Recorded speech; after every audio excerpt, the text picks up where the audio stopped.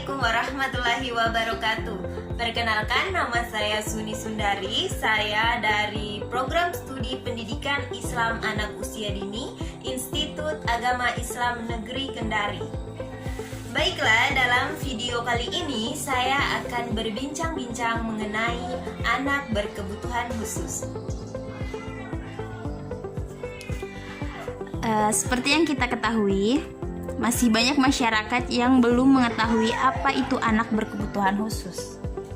Dapat Anda jelaskan? Ya, baiklah. Anak berkebutuhan khusus adalah anak yang secara signifikan berbeda dari segi dimensi maupun fungsi kemanusiaannya. Mereka yang berbeda baik dari kognitifnya, fisiknya, psikososialnya maupun psikologinya. Nah, anak berkebutuhan khusus itu adalah anak yang memiliki kelainan atau berkelainan. Apakah ada klasifikasi untuk anak berkebutuhan khusus? Ya, tentu juga ada. Anak berkebutuhan khusus ada dua klasifikasinya. Yang pertama adalah anak berkebutuhan khusus permanen. Anak berkebutuhan khusus permanen adalah anak yang memang berkelainan atau anak yang memiliki kecacatan sejak lahir. Sedangkan anak berkebutuhan khusus temporer adalah anak yang seperti anak pada umumnya, tetapi memiliki keterbatasan sehingga harus dihadapkan atau harus dapat pendidikan yang khusus. Contohnya adalah anak yang berkekurangan dari segi sosial, budaya maupun ekonominya, seperti anak jalanan atau pekerja anak. Apa saja sih jenis-jenis kelainan anak yang berkebutuhan khusus? Nah, perlu kita ketahui, jenis-jenis kelainan anak berkebutuhan khusus ada banyak sekali. Tapi dalam perbincangan kita kali ini, kita akan membahas tentang tunanetra, tunawicara, tunarungu, tunadaksa, autisme, ADHD, dan attachment. Dapatkah Anda jelaskan sedikit saja dari penjelasan sebelumnya yang Anda sebutkan tadi? Ya, baiklah, kita kepada poin pertama terlebih dahulu, yaitu jenis kelainan tunanetra. Apa sih itu? Tunanetra adalah kerusakan yang terjadi pada organ penglihatan, yaitu mata. Karena tuna artinya rusak dan netra artinya mata. Jadi, tunanetra adalah kerusakan pada mata. Nah, adapun penyebabnya bisa disebabkan oleh dua faktor, yaitu faktor endogen yang disebabkan oleh faktor genetik, yang dimana bila anak masih berada dalam kandungan dan memiliki orang tua yang salah satu di antaranya memiliki tunanetra, otomatis anak yang akan dilahirkan tidak menutup kemungkinan juga akan menderita tunanetra. Dan faktor yang kedua adalah faktor eksogen. Itu bisa disebabkan oleh penyakit seperti virus rubella dan disebabkan oleh kecelakaan. Nah, adapun klasifikasinya yaitu ada 3. Yang pertama yaitu tunanetra ringan. Tunanetra ringan adalah tunanetra yang hanya mengalami kelemahan dalam penglihatannya. Nah, yang kedua adalah tunanetra sedang, yaitu sudah harus menggunakan bantuan kacamata ataupun bantuan alat untuk melihat. Dan kadang-kadang anak dengan tunanetra sedang banyak yang kesulitan atau sangat kesusahan untuk melihat. Tetapi ada klasifikasi yang lebih parah, yaitu klasifikasi dalam tingkat berat, yaitu yang sudah mengalami kebutaan dan tidak bisa sama sekali melihat. Nah, untuk poin yang kedua yaitu kita membahas tentang kelainan tunarungu. Apa itu tunarungu? Tunarungu adalah kelainan yang terjadi pada organ pendengaran, yaitu telinga. Nah, apa sih penyebabnya? Penyebabnya disebabkan oleh 3 faktor. Faktor yang pertama adalah faktor sebelum lahir atau faktor genetik. Jika faktor genetik atau keturunan terjadi, maka anak tidak menutup kemungkinan akan mengalami tunarungu. Dan faktor yang kedua adalah faktor pada saat dilahirkan. Jika anak dilahirkan secara prematur, maka akan mengalami tunarungu. Dan yang ketiga adalah faktor setelah anak dilahirkan, yaitu terjadinya infeksi atau cedera pada organ otak yang mengakibatkan sel otak atau organ pendengaran juga ikut terganggu akibat adanya masalah yang terjadi pada sel-sel di dalam otak. Adapun klasifikasi untuk anak tunarungu yaitu yang pertama, kategori ringan. Anak dengan penderita tunarungu ringan masih dapat belajar bersama anak normal pada umumnya, walaupun dia berkekurangan dalam pendengaran. Yang kedua yaitu klasifikasi dalam kategori sedang. Anak berkelainan tunarungu pada kategori sedang ini harus mendapatkan pendidikan yang khusus. Nah, untuk klasifikasi dalam kategori berat, anak tunarungu harus sudah mendapatkan sekolah luar biasa atau pendidikan khusus untuk anak-anak berkebutuhan khusus. Dan untuk klasifikasi yang sangat berat, anak tunarungu harus sudah mendapatkan penanganan ataupun pendidikan yang menjuru kepada faktor utamanya yaitu tunarungu. Nah, untuk kelainan pada poin ketiga yaitu kelainan tunawicara, di mana kelainan tunawicara ini adalah kelainan dalam artikulasi atau dalam pengucapan kata yang terjadi akibat adanya kelainan dalam berbicara. Nah, penyebabnya yang pertama adalah faktor pranatal yaitu faktor sebelum lahir, yaitu disebabkan oleh faktor genetik. Dan yang kedua adalah faktor saat lahir yaitu faktor karena prematur, dan yang ketiga yaitu faktor sesudah dilahirkan, bisa disebabkan adanya infeksi otak maupun kecelakaan yang terjadi. Nah, adapun klasifikasinya untuk anak tunawicara ini, yang pertama adalah klasifikasi ringan, yaitu anak dapat berbicara atau berkata-kata dengan normal, walaupun agak sedikit terhambat atau terbata-bata dalam berbicara. Nah, dalam kategori sedang, anak mampu berbicara tetapi dengan sangat lambat, atau dia bisa mendengar suara jika menggunakan volume yang tinggi.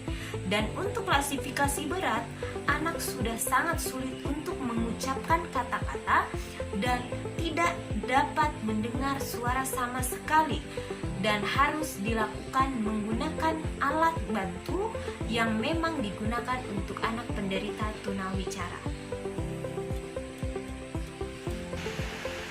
Lanjut pada poin keempat, yaitu kelainan pada anak tunadaksa. Tunadaksa adalah suatu keadaan rusak atau terganggu sebagai akibat gangguan bentuk atau hambatan pada tulang, otot, dan sendi dalam fungsinya yang normal. Nah, adapun penyebabnya yang pertama yaitu disebabkan waktu sebelum dilahirkan, yaitu faktor genetik atau faktor keturunan. Dan pada saat anak dilahirkan itu lebih banyak menggunakan alat-alat bantu seperti ting, tabung, vakum, dan alat-alat bantu lainnya. Dan pada saat anak sudah dilahirkan, anak mengalami infeksi, kondisi-kondisi yang seperti tumor ataupun trauma. Dan klasifikasi untuk tunadaksa ada 3. Yang pertama, tunadaksa ringan, yaitu seperti anak pada umumnya, walaupun sedikit mengalami gangguan mental, dan kecerdasannya pun cenderung masih normal. Dan untuk klasifikasi Anak tunadaksa sedang yaitu dikategorikan seperti cerebral palsy ringan dan polio ringan. Sedangkan untuk klasifikasi beratnya yaitu seperti tunadaksa, cerebral palsy berat, dan polio berat. Nah, untuk poin yang kelima yaitu kelainan pada anak autisme. Autisme merupakan gangguan perkembangan pervasif yang secara menyeluruh mengganggu fungsi kognitif, emosi, dan psikomotorik pada anak. Nah, karakteristik untuk anak autisme ini adalah bidang perilaku, antara lain memperlihatkan perilaku stimulus diri seperti bergoyang-goyang, berlari bolak-balik, seperti burung, ataupun berputar-putar tanpa arah. Dan anak autis itu tidak suka diam atau tidak bisa tenang. Dan apa sih penyebabnya? Penyebabnya yaitu yang pertama faktor genetik atau faktor keturunan, yang kedua itu ada masalah pada masa kehamilannya, dan yang ketiga yaitu faktor akibat vaksinasi, dan yang terakhir yaitu akibat adanya gangguan pencernaan. Karena anak autis itu mengalami gangguan pencernaan. Mereka mengalami intoleransi terhadap berbagai jenis makanan, memiliki tingkat alergi yang tinggi dan daya tahan tubuh yang lemah. Nah, poin keenam yaitu kelainan pada anak ADHD.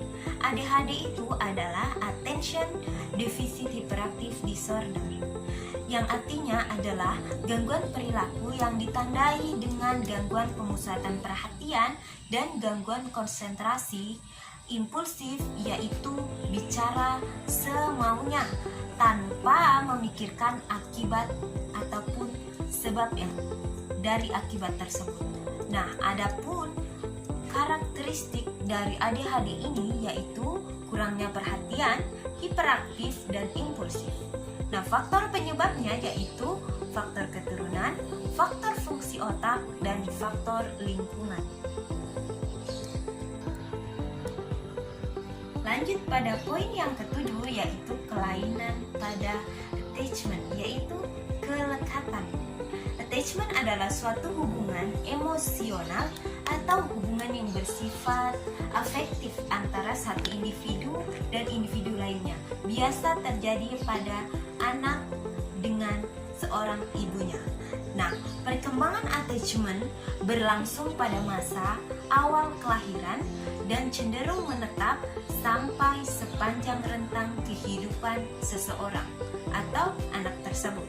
Nah, pola attachment merupakan kecenderungan individu dalam berelasi dengan individu lain yang memiliki arti tertentu yang lebih bersifat emosional dan afektif. Adapun indikator attachment, yang pertama yaitu pola kelekatan aman, yang kedua ada pola kelekatan cemas, yang ketiga yaitu pola kelekatan menghindar.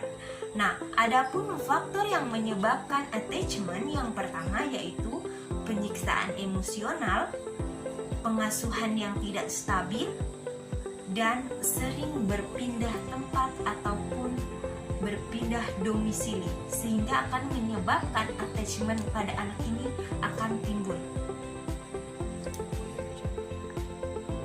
Nah, adapun manfaat dari fungsi attachment atau kelekatan ini bagi seorang anak adalah yang pertama, memberikan rasa aman, yang kedua, saat individu atau saat seorang anak berada dalam suasana yang penuh tekanan, kehadiran figur attachment atau kelekatan ini dapat memulihkan perasaan kembali kepada perasaan yang aman.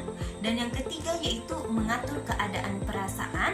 Yang keempat adalah arousal, adalah perubahan keadaan subjektif Dan yang kelima yaitu sebagai saluran ekspresi dan komunikasi, dan yang terakhir yaitu sebagai dasar untuk melakukan eksplorasi kepada lingkungan sekitar. Jadi kelekatan yang dialami oleh anak dan ibu sangat bermanfaat dalam kehidupan sehari-hari. Walaupun kadang banyak orang tua yang menganggap bahwa anak yang terlalu lekat dengan orang tuanya adalah anak yang tidak baik.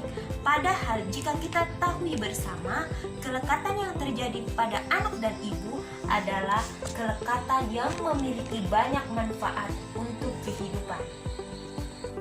Nah, lalu bagaimana cara berkomunikasi dengan anak yang berkebutuhan khusus? Baik, begini cara untuk berkomunikasi dengan anak berkebutuhan khusus. Ada banyak cara, tergantung bagaimana kita menyikapi hal tersebut. Tetapi perlu kita ketahui bahwa anak berkebutuhan khusus cenderung menunggu stimulasi dari lawan berkomunikasinya atau dari orang lain yang memang berniat berinteraksi ataupun berkomunikasi bersama mereka, sehingga mereka akan menunjukkan respon, yaitu timbal balik antara interaksi ataupun stimulus yang diberikan oleh orang. Nah, seperti anak tunarungu ataupun anak tunawicara, dia akan cenderung menunggu stimulus dari orang. Jika dia tidak ditepuk atau dia tidak disenggol, maka dia tidak tahu jika seseorang ingin mengajaknya berinteraksi.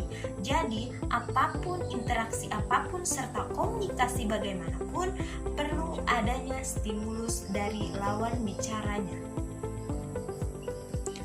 Lalu bagaimana cara penanganan anak yang berkebutuhan khusus? Nah, untuk jenis penanganan anak berkebutuhan khusus, yang pertama yaitu bisa ditangani oleh psikolog, yaitu jika anak berkebutuhan khusus yang mengalami gangguan mental seperti tunadaksa, autisme, ataupun ADHD. Sedangkan untuk jenis ketunaan lain harus melalui obat-obatan serta terapi-terapi yang biasa digunakan seperti terapi perilaku, terapi bicara, terapi sensori, dan terapi-terapi lainnya yang dapat membantu pencegahan untuk anak berkebutuhan khusus. Apakah boleh anak berkebutuhan khusus membuat rencana tentang masa depan? Nah, perlu kita ketahui, setiap manusia, setiap anak pasti memiliki rencana masa depan. Begitu juga dengan anak berkebutuhan khusus, karena setiap orang tua pasti menginginkan anaknya memiliki masa depan yang cerah. Tetapi untuk anak jenis ABK ini ada dua klasifikasi, yaitu untuk anak ABK klasifikasi permanen, mungkin agak jarang kita dengar bagaimana rencana hidup mereka. Tetapi dengan bantuan orang tuanya, mungkin mereka tetap bisa merencanakan masa depan dengan adanya pendidikan inklusi yang sekarang pemerintah adakan.